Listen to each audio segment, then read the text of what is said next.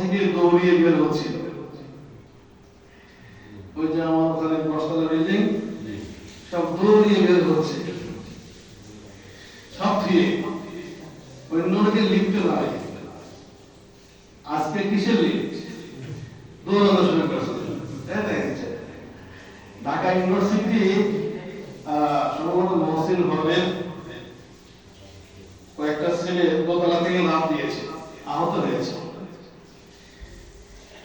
তার মানে যেটাকে আশ্রয়ের জায়গা, আশ্রয়ের মাধ্যম মনে করা হয়, মাঝে মাঝে মনে হয় যে এটা আমার মৃত্যুর কারণ হতে পারে। কেননা ওরা যে ধসে পড়ে, ঢাকায় কয়েকটা বিল্ডিং হিলে গিয়েছে। নরসিংদী থেকে উৎপত্তি ভূমিকম্পটা। ইযা যুলজিলাতিল আরদু জিলজালাহা ওয়া আখরাজাতিল আরদু আথকালাহা। আল্লাহ তাআলা সূরা জিলজাল, জিলজাল মানে ভূমিকম্প। কিয়ামতের আগে এমন ভূমিকম্প হবে যে সব চূর্ণ বিচূর্ণ হবে।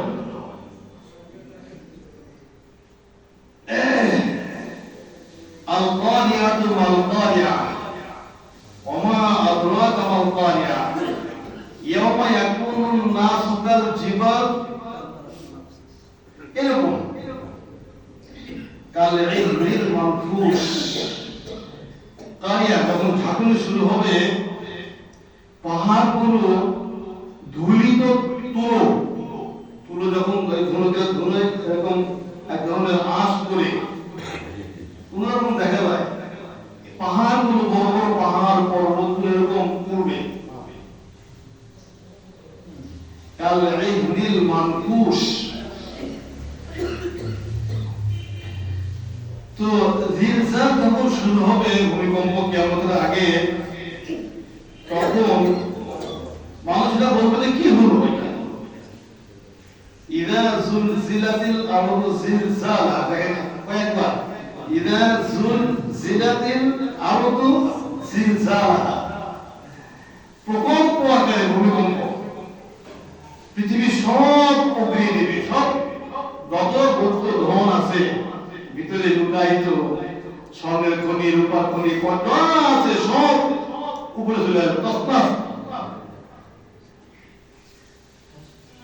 মানুষরা বলবে যে কি হলো, ছুটাছুটি দৌড়াদৌড়ি। একটু নমুনা মাঝে মাঝে আল্লাহ দেখা। আল্লাহ তাআলা মাঝে মাঝে এরকম একটু ঝাঁকুনি দিয়ে আল্লাহ তাআলা মানুষের অনুভূতি জাগ্রত করতে চান। যে এখন ঘুমিয়ে আছো, সময় চলে যাচ্ছে, তুমি তো এগিয়ে যাচ্ছ কবরের দিকে, এখনো কেন গাফেল? এখনো গাফেল, এখন লম্বা চিন্তা। এই তো তুমি সব ফেলে এক কাপড়ে দৌড়ালে, খাবার দাবার, অর্থ সম্পদ, স্বর্ণ অলংকার, দামি জিনিস, পছন্দের জিনিস সব ফেলে যে যে অবস্থা আছে ওরকম আছে। যদি ভেঙে যায়, যদি চাপা পড়ে। ওই যে কয়েকদিন আগে এই তো ঢাকাতে আন্দোলনের বড় বিল্ডিং এ একটা ছেলে ঘুরতে ঝাঁপ মারছিল। তো তুমি কেন এই রিস্ক নিলে? তো বলছিল যে পুড়ে গেলে দেখলে চিনবে না, এমনি পুড়ে মরে গেলে তো আমার সমাজটা মানুষ, আমার আত্মীয় কিন্তু আমাকে পাবে, হয়তো হাতটা ভেঙে গেলে মাথা তেল দিয়ে যাবে, কিন্তু আমাকে পাবে। কিন্তু পুড়ে অঙ্গার হয়ে গেলে তো পাওয়া মুশকিল, ডিএনএ টেস্ট, কত ঝামেলা। তো যে যেমনটি করে পাচ্ছে তেমনটি করে তখন আর কোনো মহব্বত নেই। তো দুনিয়াটা এরকমই। দুনিয়া আমরা আঁকড়িয়ে ধরি, দুনিয়াটা আমরা আঁকড়িয়ে ধরি। এই চাকচিক্যময় দুনিয়া, এগুলো আমাদেরকে আকৃষ্ট করেছে, আকর্ষণ বাড়ায় আমাদের। তো মাঝে মাঝে আল্লাহ তাআলা এরকম ধাক্কা দিয়ে জাগ্রত করাতে চান যে দেখো, এই তো খানিকক্ষণ আগে তুমি তো সব ছেড়ে দিছিলে, তোমার সব পছন্দের জিনিস ফেলে দৌড়াচ্ছিলে। তো দুনিয়া তোমাকে এরকম রাখবে না, দুনিয়া রাখে না, দুনিয়া বড় স্বার্থপর। দুনিয়া বড় স্বার্থপর, দুনিয়া কাউকে রাখে না। আপনার দাদাকে দুনিয়ায় রাখেনি, দেখেছে? রাখেনি। আপনার আব্বাকে দুনিয়ায় রাখেনি। কত বন্ধু বান্ধব, আত্মীয় স্বজন, প্রিয় মানুষকে আল্লাহ তাআলা দুনিয়ায় রাখেনি। দুনিয়া বড় স্বার্থপর। একটা কথা আছে না যে সাগরে, যে সাগর কিছু নেয়, এই যে মানুষ দেখেন না সাগরে ভেসে যায় বা হারিয়ে যায়, কথায় বলে যে সাগর যা নেয় ও ফিরিয়ে দেয়, রাখে না। একদিন হোক, দুদিন হোক, 5 দিন পরে হলে ও ফিরিয়ে দেয়, ও রাখে না। তারপরেও হয়তো বা কিছু কিছু গায়েব হয়ে যায়, মাছে খেয়ে ফেলেছে, ভয়ঙ্কর কোনো আপনার কি বলে প্রাণী খেয়ে ফেলেছে, কিন্তু ম্যাক্সিমাম ফিরিয়ে দেয়। জোয়ারের সময় ওকে ঠেলে পারে তুলে দেয়। তো সব দিলেও কোন কোন সময় কোন কোন জিনিস আর আসে না, হয়তো না রেয়ার থেকে নাই। কিন্তু পৃথিবী এমন একটা জায়গা, এই দুনিয়া এমন একটা জায়গা, কাউকে রাখে না। বড় স্বার্থপর দুনিয়া, দুনিয়া বড় স্বার্থপর। আপনাকে রাখবে না। আপনি এত ভালোবাসেন ওকে, আপনি আমি এত ভালোবাসি, এত ভালোবাসি, তারপরে রাখবে না। এক সময় ও ধাক্কা দিয়ে বের করে দেবে।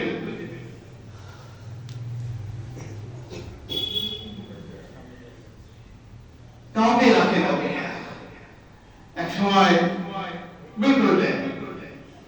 কত মহব্বত, কত ভালোবাসি আমরা দুনিয়াকে, কিন্তু ও কেন যেন খুব রাখে না, বের করে দেয়। স্বার্থপর। যিনি অসুস্থ আছেন তাকেও বের করে দেয়। অসুস্থ মানুষ হাসপাতালে কাতরাচ্ছে, ওকেও বের করে দেয়। যিনি সুস্থ মানুষ তাকেও বের করে দেয়, তাকেও বের করে দেয়। আবার মোটেও শিক্ষিত না, মূর্খ, তাকেও বের করে দেয়। খুব সুন্দর, খুব সুন্দরী, তাকেও বের করে দেয়। খুব কুৎসিত, খুব কুৎসিত, তাকেও বের করে দেয়। খুব রোগা, জীর্ণ শীর্ণ, শুকনা, তাকেও বের করে দেয়। খুব মোটা তাজা, তাকেও বের করে দেয়। রাখে না। দুনিয়া বড় স্বার্থপর। আল্লাহ তাআলা এভাবেই এনেছেন, এভাবেই করে যাচ্ছেন দুনিয়ার আওয়াজ। আজ থেকে আমাদের 2 পুরুষ আগে কেউ নেই, আমাদের অনেকে দাদা নেই, অনেকে পিতা চলে গিয়েছে, মা চলে গিয়েছে, রাখে না দুনিয়া। বড় স্বার্থপর দুনিয়া। দুনিয়াকে ভালোবাসার কারণে দুনিয়াকে স্বার্থপর এটা ভুলে গিয়েছে আমরা। দুনিয়া দুনিয়া আমাকে বের করে দিবে, কিন্তু এটা মন থেকে ভুলে গিয়েছে, যার কারণে ভালো ভালো লাগে না, ভালো কথা ভালো লাগে না, ভালো কাজ ভালো লাগে না, আল্লাহ তাআলার বিধি বিধানগুলো ভালো লাগে না, আল্লাহ তাআলার বিধি বিধান ভালো লাগে না। ভালো বিছানা ওকে আটকে রাখে, ধাক্কে তুলে দেয় না, আটকে রাখে। হালাল হারাম বাদ বিচার করে না, যা মন চায়, যা আসে সামনে তাই গ্রহণ করে, তাই খায়। কোনটা হালাল, কোনটা হারাম, কোনটা ন্যায়, কোনটা অন্যায়, কোনটা ভালো, কোনটা মন্দ বিচার করে না, বের করে দেয়। অন্যের সম্পদ জোর করে গ্রাস করে, করছে না? অন্যের সম্পদ জোর করে নিয়ে নেয়, জেনে বুঝে, জানে এটা আমার না,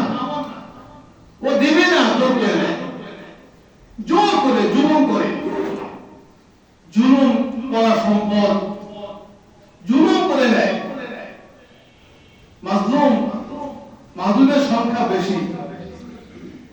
জালেম জুলুম করে সম্পদ নিয়ে নেয়। এই যে অন্যের সম্পদ গ্রাস করছে জোর করে, জুলুম করে, মনের ভিতরে ধাক্কাও দেয় না, আবার এটা নিয়ে নিজেরা মারামারি করে, নিজেরা মারামারি করে, অন্যের সম্পদ জোর করে নিয়ে আসে। এটা ভাগ বাটোয়ারা করতে গিয়ে আবার মারামারি করে হয় নিজেরা নিজেরাই।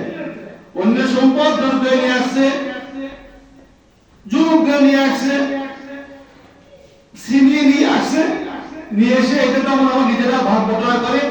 এই যে দ্বন্দ্ব শুরু হয়, এই দ্বন্দ্ব করতে গিয়ে আবার নিজেরা মরে। বাস্তবতা এটাই। কিন্তু এক সময় এই যে তুমি যেটা জোর করে ছিনিয়ে নিয়ে আসলে, এটা তোমার না, তোমার কার পিছনে পড়ে আছো। আল্লামা রুমি, জালালউদ্দিন রুমি, আপনারা তো জালালউদ্দিন রুমি ফার্সি ব্যক্তি, ওনার একটা বর্ণনা আছে। উনি একবার আপনার বের হয়েছে, সফরে বের হয়েছে, ঘুরতে বের হয়েছে।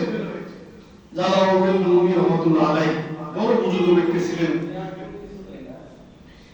তো ঘুরতে বের হয়ে একবার একটা সুন্দর পাখি উনি শিকার করেছেন,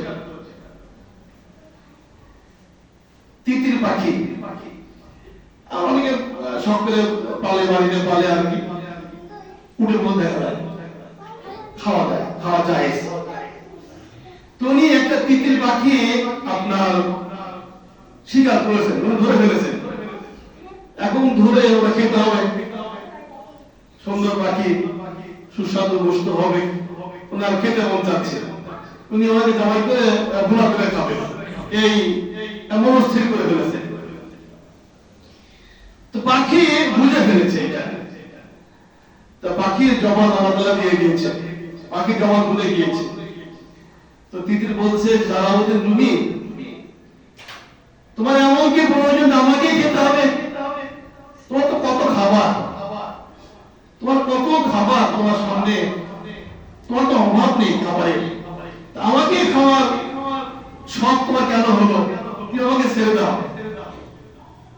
না, তোমাকে খুব শখ হয়েছে, তুমি দেখতে সুন্দর, তোমার গোশত খুব সুস্বাদু হয়, তো তোমাকে আমি খাবো, তোমাকে খাওয়া খুব শখ আমার জেগেছে, আমি খাবো।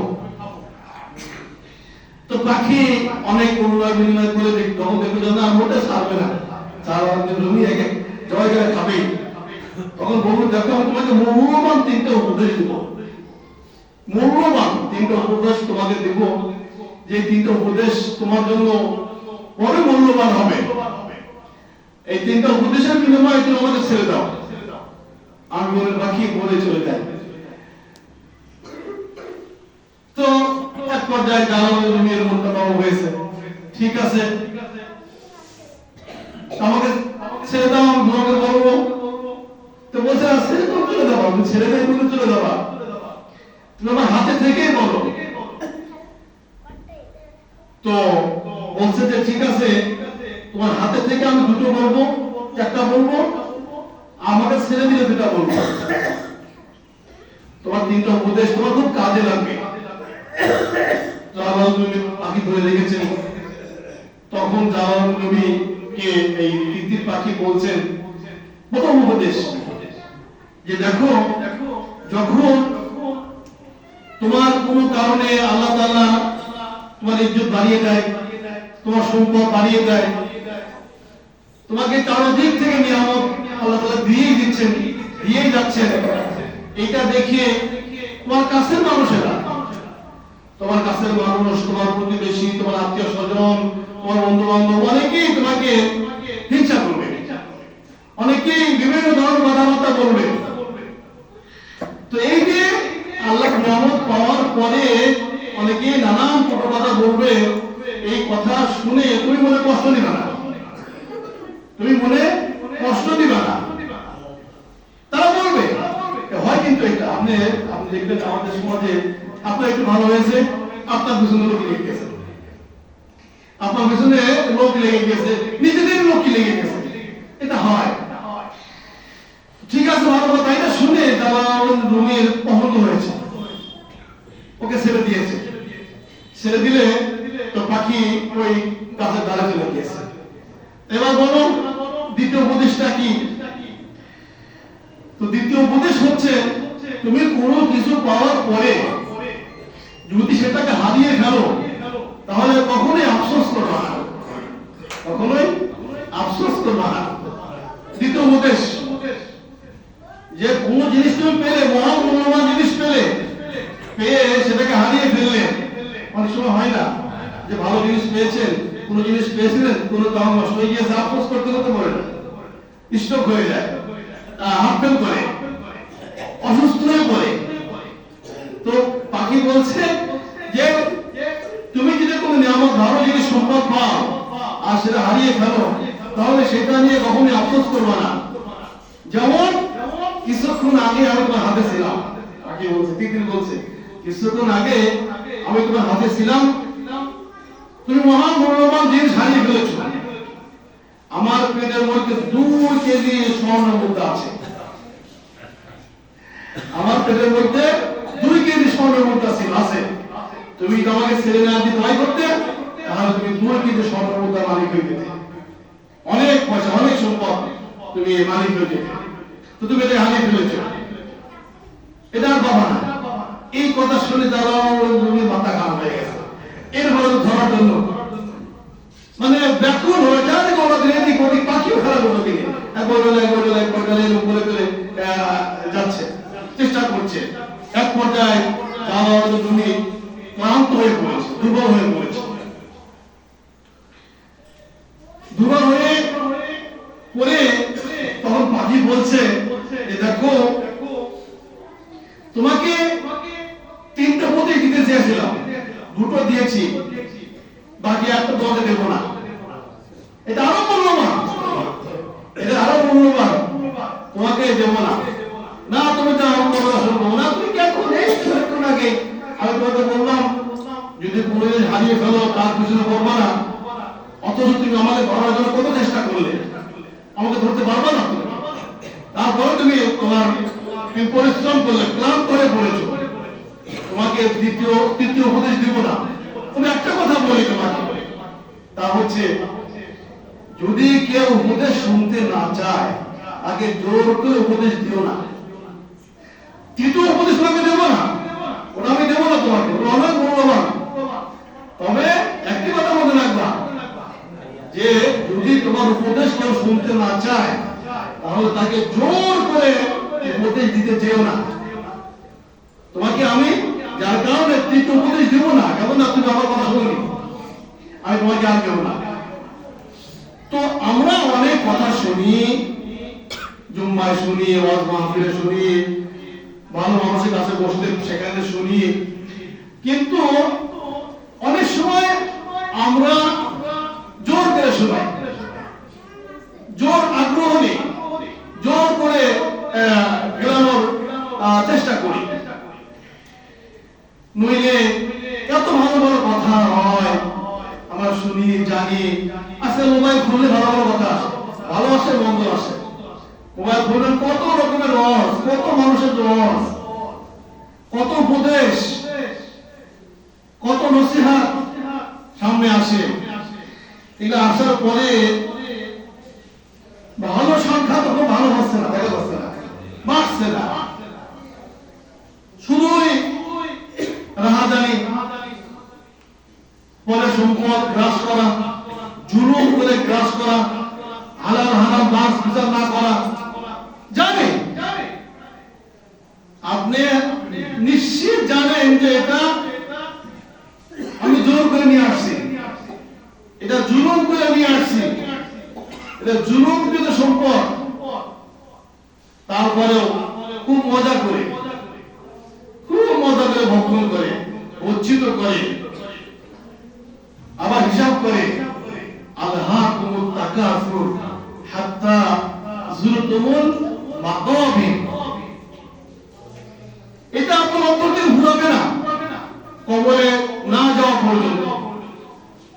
না যাওয়া পর্যন্ত আপনার ভিতরে যে কাসলিয়াত, এই যে আধিক্যতা, এই যে অধিক পরিমাণে হওয়া, আমার আরো চাই, আরো চাই, শান্তি নাই। আপনার আরো চাই, কিন্তু আপনার ভিতর থেকে আল্লাহ তাআলা আরামের জিনিসটা কেড়ে নিয়েছে। যেটা আরাম, শান্তি, শান্তি নেই মনের ভিতরে, অশান্তি। কেন যেন অশান্তি বিরাজ করে আর ভয় ভয় থাকে। মানে এত শত্রু বানিয়ে ফেলেছে, শুধু শত্রু, চারদিকে শত্রু বানিয়ে ফেলেছে।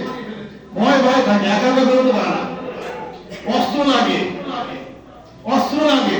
গাড়িতে চলবে, গাড়িটা দামি হতে হবে, যেন পুলিশ না ঢোকে। কত শত্রু বানিয়ে ফেলেছেন আপনি, পরের সম্পদ জুলুম করে। আপনাকে তোদের সামনে সালাম দেয়, কিন্তু পিছনে গিয়ে আসলে মন থেকে না, কারণ আপনি জুলুম করেছেন। আর জুলুম জুলুমাতি আমার কিয়ামা, জুলুম অত্যাচার এত বড় পাপ যে কিয়ামতের দিন এমনি অন্ধকার, আরো অন্ধকার হয়ে যাবে। আর জুলুম জুলুমাতি আমার কিয়ামা। কাজে মোহতারাম হাজিরিন, আল্লাহ তাআলা বিবেক দিয়েছেন, জ্ঞান দিয়েছেন, বুদ্ধি দিয়েছেন। অনেক সম্পদ জোর করে, জুলুম করে, অত্যাচার করে, কায়দা কৌশলে ফেলে ওই মানুষ বুদ্ধিশুদ্ধি কম, নিজের ভাইকে ঠকিয়েছেন। ভাই একটু বুদ্ধিশুদ্ধি কম, আপনার বুদ্ধিশুদ্ধি ভালো, আপনি গোপনে যে কোনো কায়দা কৌশলে ভাই সম্পদ নিয়ে নিয়েছেন।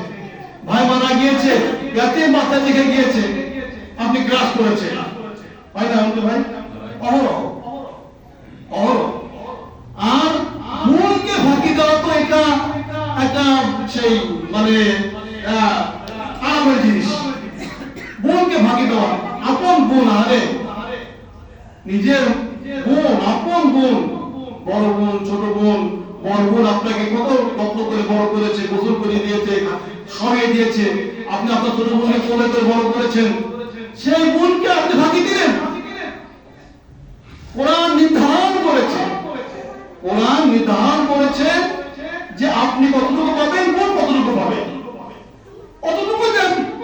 যতটুকু কোরআন দিয়েছে আপনাকে ঠকায়নি তো কোরআন, আল্লাহ ঠকায়নি, আল্লাহ কাউকে ঠকান না, আল্লাহ জানেন না, আলহামদুলিল্লাহ, আল্লাহ জুলুম করেন না কারো উপর, আল্লাহ কখনো জুলুম করেন না। যার যতটুকু পাওনা, যার যতটুকু প্রয়োজন, আল্লাহ তাআলা সেভাবে দিয়ে রেখেছে। কিন্তু আপনি ঠকালেন। আপনার বুকে ধাক্কা লাগে না, আপনার অন্তরে একবার ধাক্কা লাগে না যে আপনি আপনার বোনকে ঠকালেন? আরে বোন যদি বাড়িতে আসে আপনি কষ্ট পান, তাই না? বোন আসছে মায়ের বাড়িতে, বড় মুখ করে ও বাড়ি থেকে পালায়, বাজার করে না, মন বেদনা করে থাকে, দরজা দৌড়ে বন্ধ করে। আজকে আসলি, কয়েকদিন আগে গেলি, বোন বড় মুখ করে সন্তান নিয়ে এসছে, তাহলে ভাই ভাই তো মামা ভাই করা যাক, কিন্তু আপনি মুখ কালি করে ফেলেছেন। আর বাড়িতে যিনি আসেন কিন্তু তো মাশাআল্লাহ, তো আপনি আপনার আপন ভাইয়ের সম্পদ গ্রাস করলেন, আপন বোনের সম্পদ গ্রাস করলেন।